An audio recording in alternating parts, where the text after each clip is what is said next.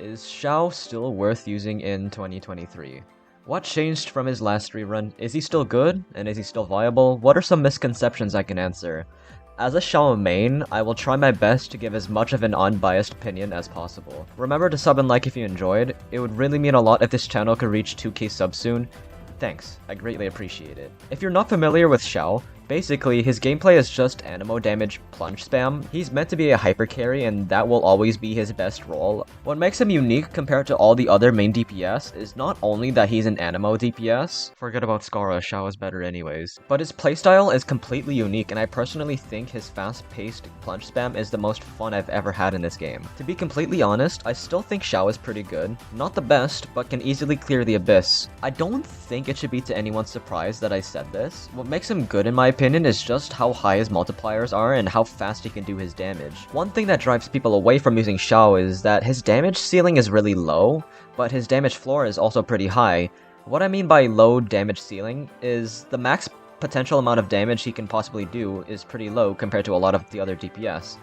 And the reason behind this is simply because he's anemo. And as you might know, anemo isn't really meant to be the main DPS element because there are very limited ways to increase its damage. Swirl is a good reaction, yes, but it doesn't really increase Xiao's personal damage because there is literally no reason to build EM onto him. So only certain characters and artifacts are the only way that will allow Xiao to increase his own damage. His damage floor is pretty high, mainly because he has very high multipliers and high base attack. In fact, he has the highest base attack in the game, if you didn't know. But when people want good damage, they aren't going to look at the damage floor. They want to see the damage ceiling, right? This doesn't mean I think Xiao has bad damage, because if I said that, I would be a liar. But compared to other characters, it's not as high, that's for sure. Since we're talking about damage, I think it might be a good idea to talk about some misconceptions about him. I very often hear people say that Xiao has low single target damage.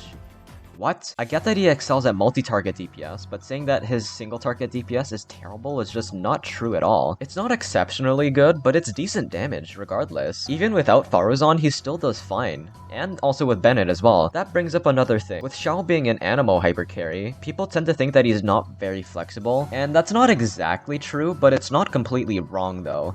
Xiao is actually decently flexible due to how many off-field DPS there are. I've used Fischl, Shengling, and even Miko occasionally. There are a lot of other DPSs that I could possibly use, but I just don't have them built, or I also just don't have them. They help a lot when I need an extra bit of damage off-field. He's not as reliant on Zhongli as people think compared to other characters, simply because of how difficult it is to hit him, because he just jumps up and down all the time. And he staggers enemies quite a bit. The thing about it is that he's very expensive to build sometimes, with his own gear and party. His best teams consist of a good amount of 5-star characters, so if you only have a few, you could unfortunately be out of luck. And there aren't really many good free-to-play polearms you could use for him. There may be some decent options, but none of them compare to the 5-star options. And speaking of expensive, let's talk about Constellation. I'm sure a lot of us know how terrible Xiao's Constellations are, but a lot of people ask if C1 is worth going for because of the extra dash, and it supposedly helps with energy issues. I don't know where people got that from. As a C1 Xiao owner, I don't think it's worth going for unless you want it for the overworld. It barely changes anything in your rotations. The common thing to do as Xiao is to use your 2 dashes before you burst to funnel anemo particles into him. However, the third dash doesn't get funneled because it takes too long to get the third one off, and it often becomes a waste to use the third one. It's only really useful to help with your next rotation or when you start the Abyss, when your energy is almost full. So yeah, Xiao's Constellations are one of the worst in the entire game, in my opinion. With those misunderstandings out the way, what exactly changed for Xiao from his last banner?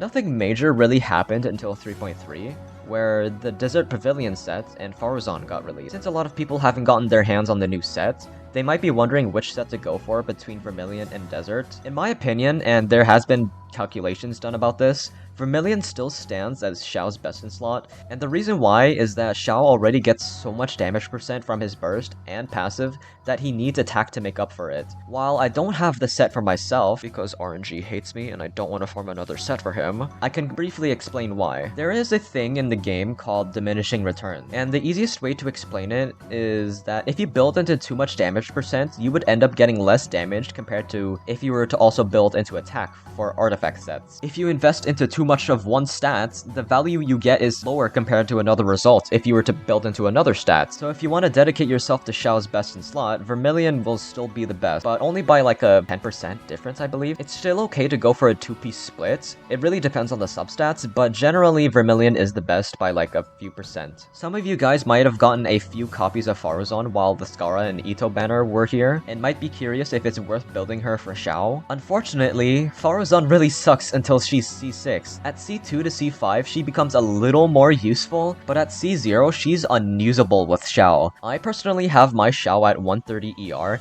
and can get my burst on cooldown pretty often, but when I tried him with Faruzon before C6, it was so painful having to funnel animal particles into 2 characters that were energy hungry. I had 3 Fav weapons on my team, 270 ER on my Faruzon, and I was still struggling to get their burst on cooldown. Trust me, it was really that bad. Xiao's energy problems get exaggerated with Faruzon. However, at C6, she becomes the best support for Xiao, and makes him one of the best multi-target DPS in the game. Unfortunately, not a lot of people have Faruzon at C6 because of RNG, so if you're fortunate to have it, use her with Xiao, it's definitely worth using. Otherwise, you're better off using another sub-DPS, or Sucrose with Thrilling Tales to help with energy. That begs the question, is Xiao still worth using in 2023?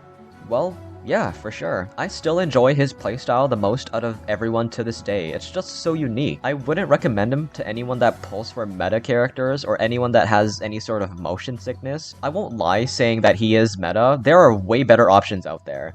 But if you enjoy his playstyle and you're okay with investing a lot into a character, I'd say go for it. The game is easy enough for you to use any character you enjoy. Xiao has reliably helped me through the abyss ever since I got him, so I still think he's pretty good and still viable.